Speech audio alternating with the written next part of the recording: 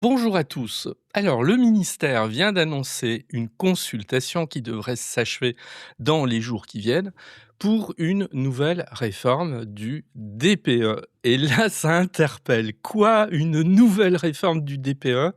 Mais il y en a eu combien? Bah, je vous le dis à l'avance, il y en a eu une dizaine, une douzaine depuis la création du DPE. Alors, est-ce que c'est pas le changement de trop? On va consacrer cet épisode au DPE, regarder, quels ont été les changements, opérés ces dernières années et qu'est-ce qui s'annonce pour le mois de janvier 2027 concernant le DPE. Est-ce que c'est pas trop quand même? Allez, Passion Immo, c'est parti.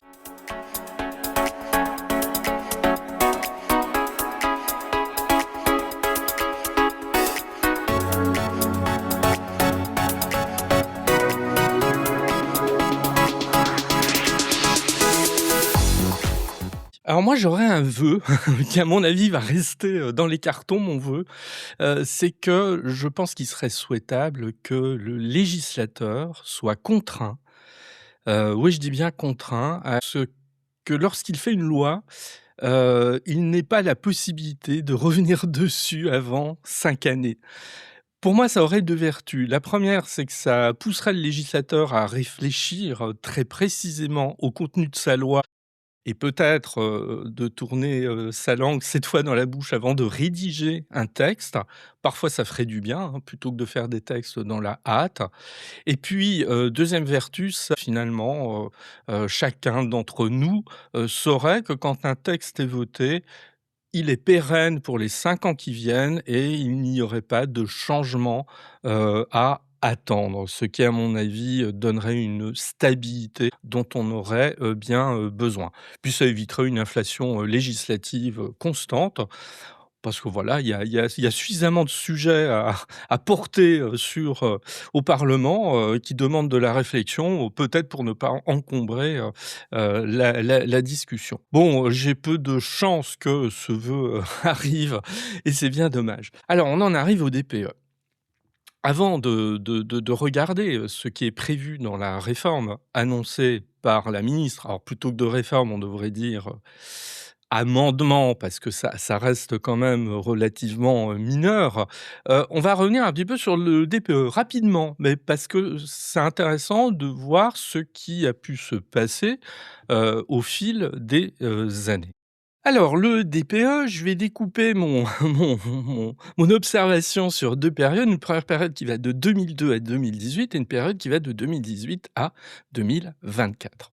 Rapidement, je vous rassure, hein, je ne vais pas faire un historique ultra, détaillé du, DPE. Le DPE, finalement, il apparaît, c'est-à-dire il est déjà réfléchi dans un premier temps au niveau européen. En 2002, on a une directive européenne. Qu'est-ce que c'est qu'une directive? Une directive, c'est on prend des directions au niveau européen, charge à chacun des États, d'harmoniser son droit national en fonction de la directive qui a été décidée au niveau européen.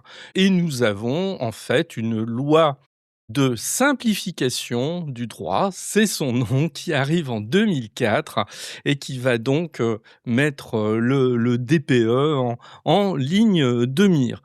Sa première version du DPE, ici, à ce moment-là, il s'agit exclusivement d'informer, les, acquéreurs d'un certain nombre d'éléments, concernant le bien, immobilier.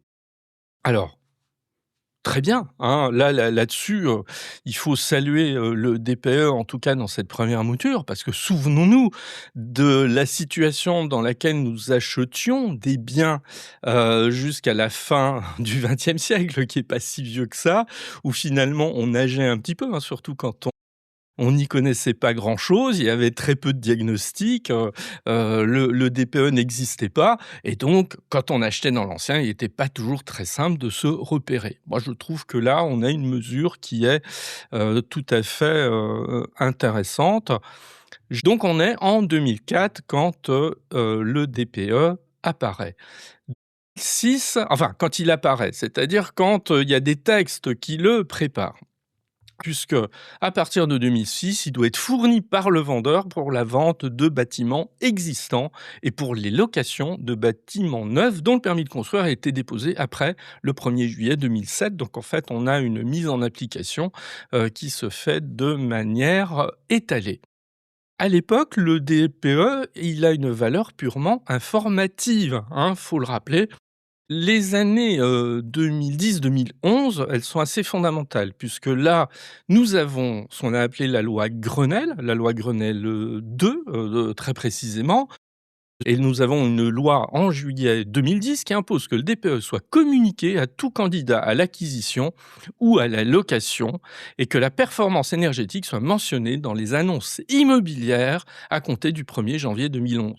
C'est ce qui fait qu'à partir de cette date, dans les annonces de vente ou de location, on voit apparaître les fameuses lettres concernant les DPE alors que auparavant ce n'était pas obligatoire. Date fondamentale, 2012, les points de contrôle. Alors les points de contrôle, qu'est-ce que c'est? C'est quand on fait un DPE, on va contrôler un certain nombre de points dans le bien.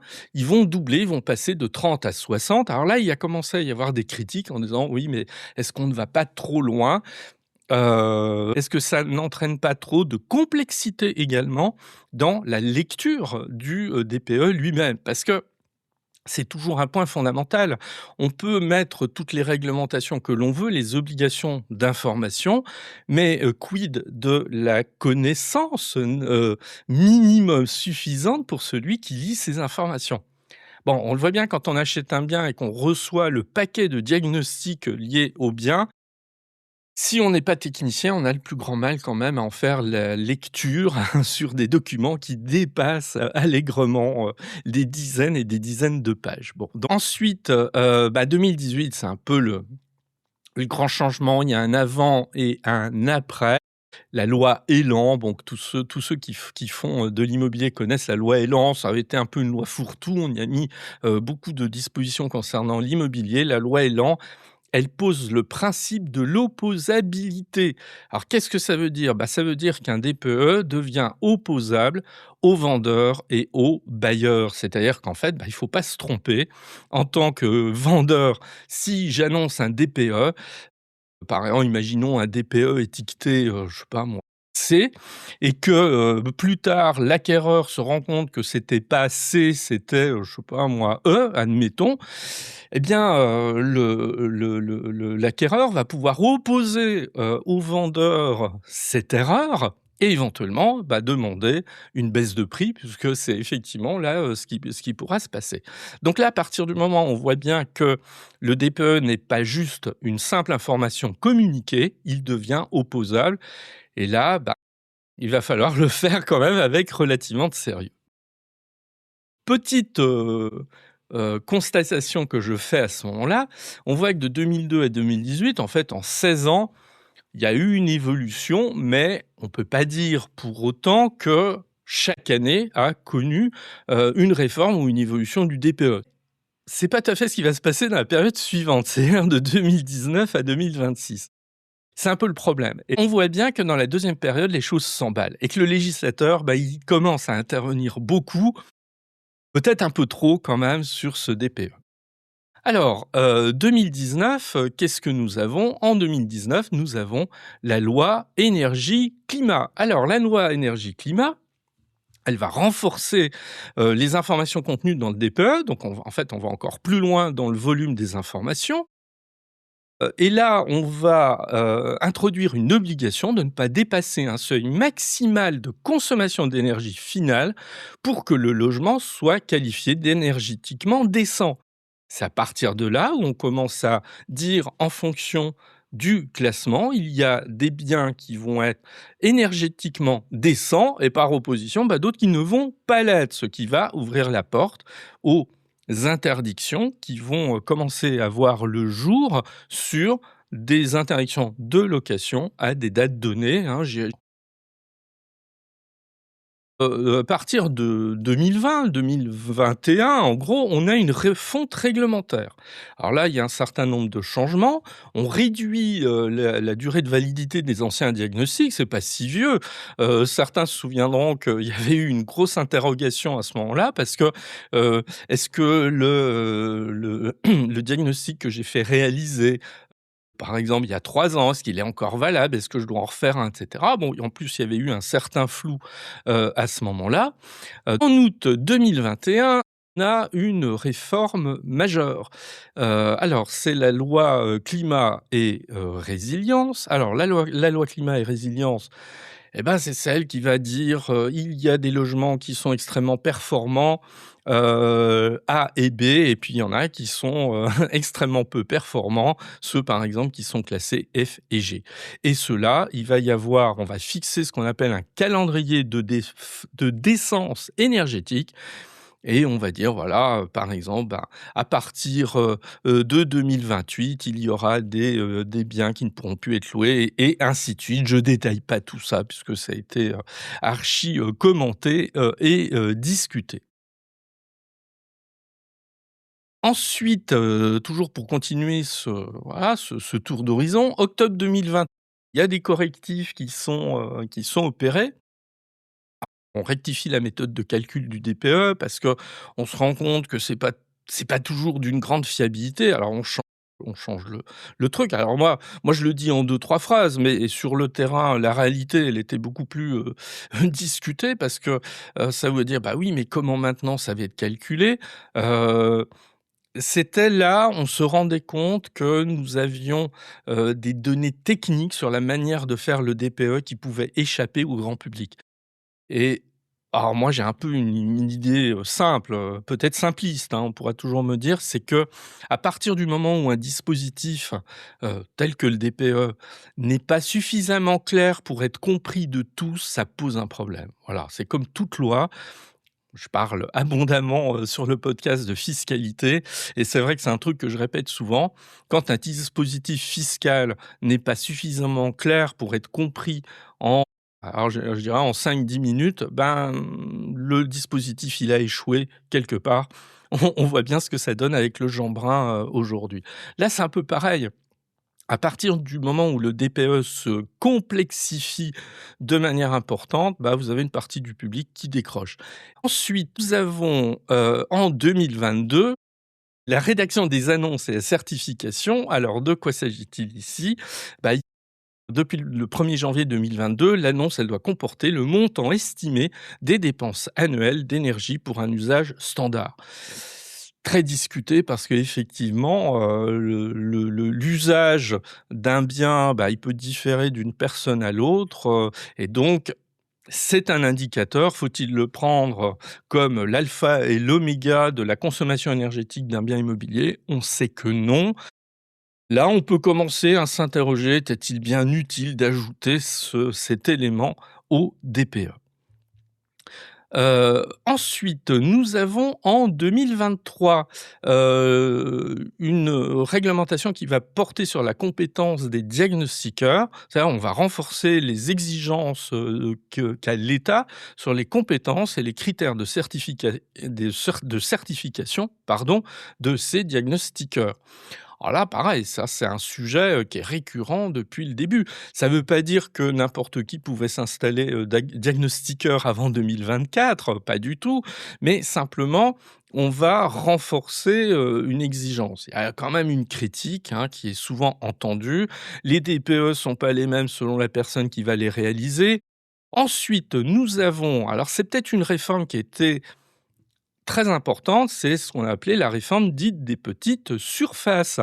Alors la réforme dite des petites surfaces, c'est un arrêté qui a été publié au Journal officiel en avril 2024, qui a modifié les seuils des étiquettes pour les logements de moins de 40 mètres carrés de surface de référence. C'est ce qui a amené certaines petites surfaces à être réintégrées dans l'autorisation de location alors qu'elles en étaient sorties au préalable. Voilà, on a changé, un certain nombre de, critères. Bon, c'est finalement un assouplissement ici qui a été, organisé. Nous avons, je ne l'ai pas signalé moi sur ma frise chronologique parce qu'effectivement j'avais plus de place. Il y a eu une réforme, sous la forme d'un arrêté au 13 août 2025, qui a fait passer de 2,3 à 1,9 le facteur de conversion de l'énergie finale en énergie primaire pour l'électricité dans les DPE et les audits énergétiques. Derrière le terme technique, de quoi s'agissait-il?